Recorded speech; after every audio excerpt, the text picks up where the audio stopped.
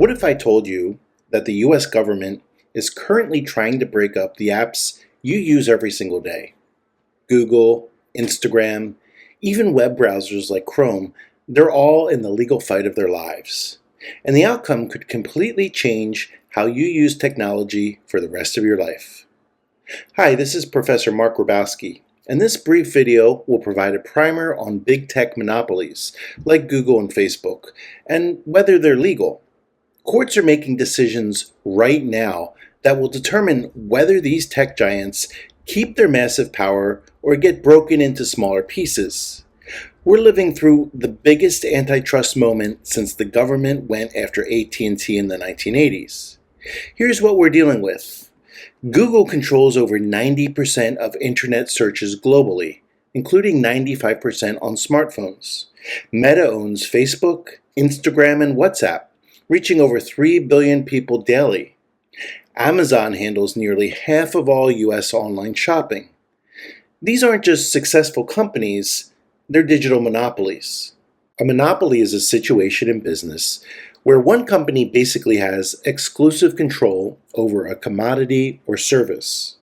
Now, this isn't the first time a monopoly has emerged and the US government has intervened.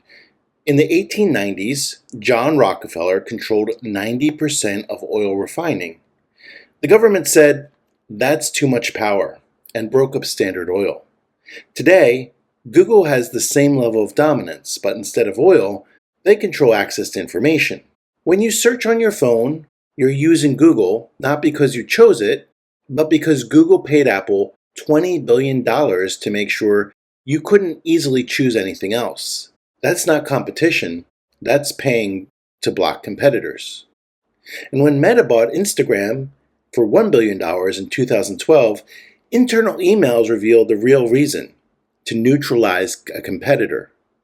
They didn't buy it to make it better, they bought it to eliminate competition. So what's happening in the courts right now? Let me break down the biggest cases. First, in 2024, a federal judge ruled that Google is officially a monopolist.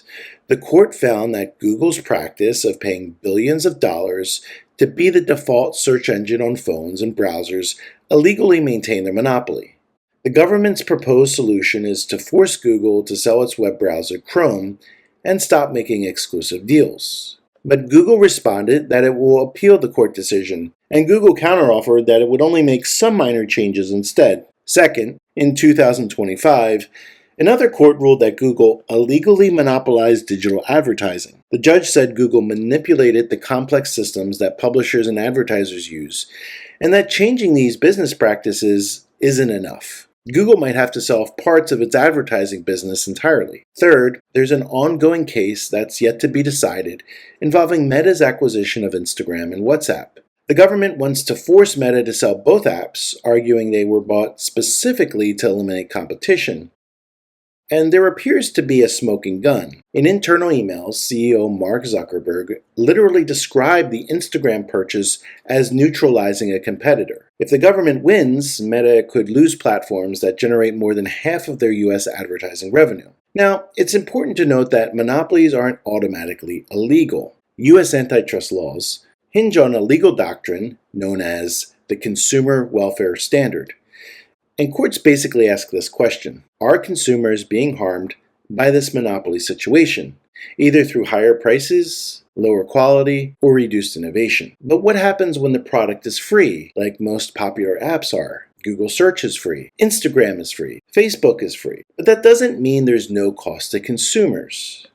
The real costs are your privacy, your data becomes the product, less innovation. Why innovate when you face no real competition? Fewer choices. Ever tried to leave Instagram? Where would you go?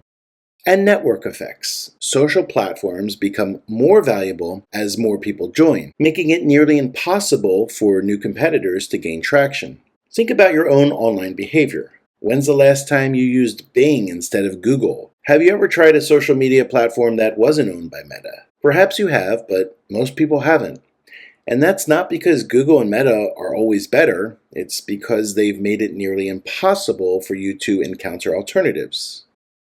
So who's right here? Big tech argues We're successful because we innovate and users choose us voluntarily. We provide free services that people love. Breaking us up would hurt innovation and make America less competitive against China. Meanwhile, the government counter-argues, you're successful because you've systematically eliminated competition through acquisitions, exclusive deals, and anti-competitive practices. True competition would lead to better products, more privacy, and more innovation. So who's right? Here's what you need to ask yourself. Is Google search really the best, or just the most convenient because it's everywhere?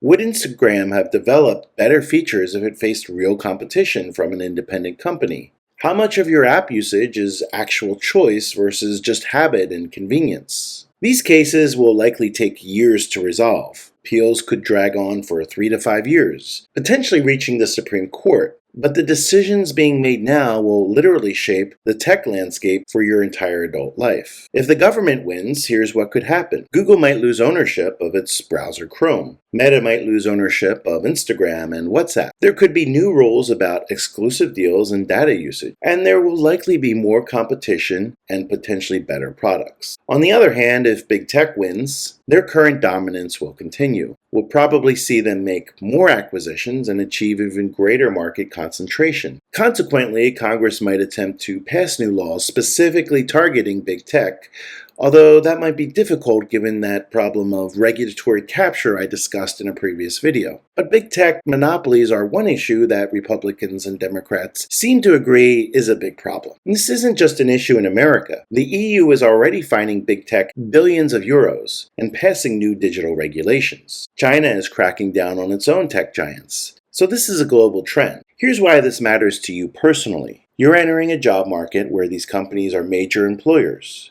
You're future entrepreneurs who might want to compete with these giants. You're consumers whose digital experiences could completely change, and you might want new alternatives. The outcome of these cases will determine whether the next generation of innovators can compete with established tech giants, or whether we'll continue to live in a world dominated by a few massive platforms. You're not just passive observers of this legal drama. You're the generation that will live with the consequences. Understanding these issues now gives you the tools to be informed citizens, consumers, and professionals in the digital age. What do you think? Should these companies be broken up, or do they provide too much value to consumers? Well, this has been Professor Mark Grabowski. Thanks for watching.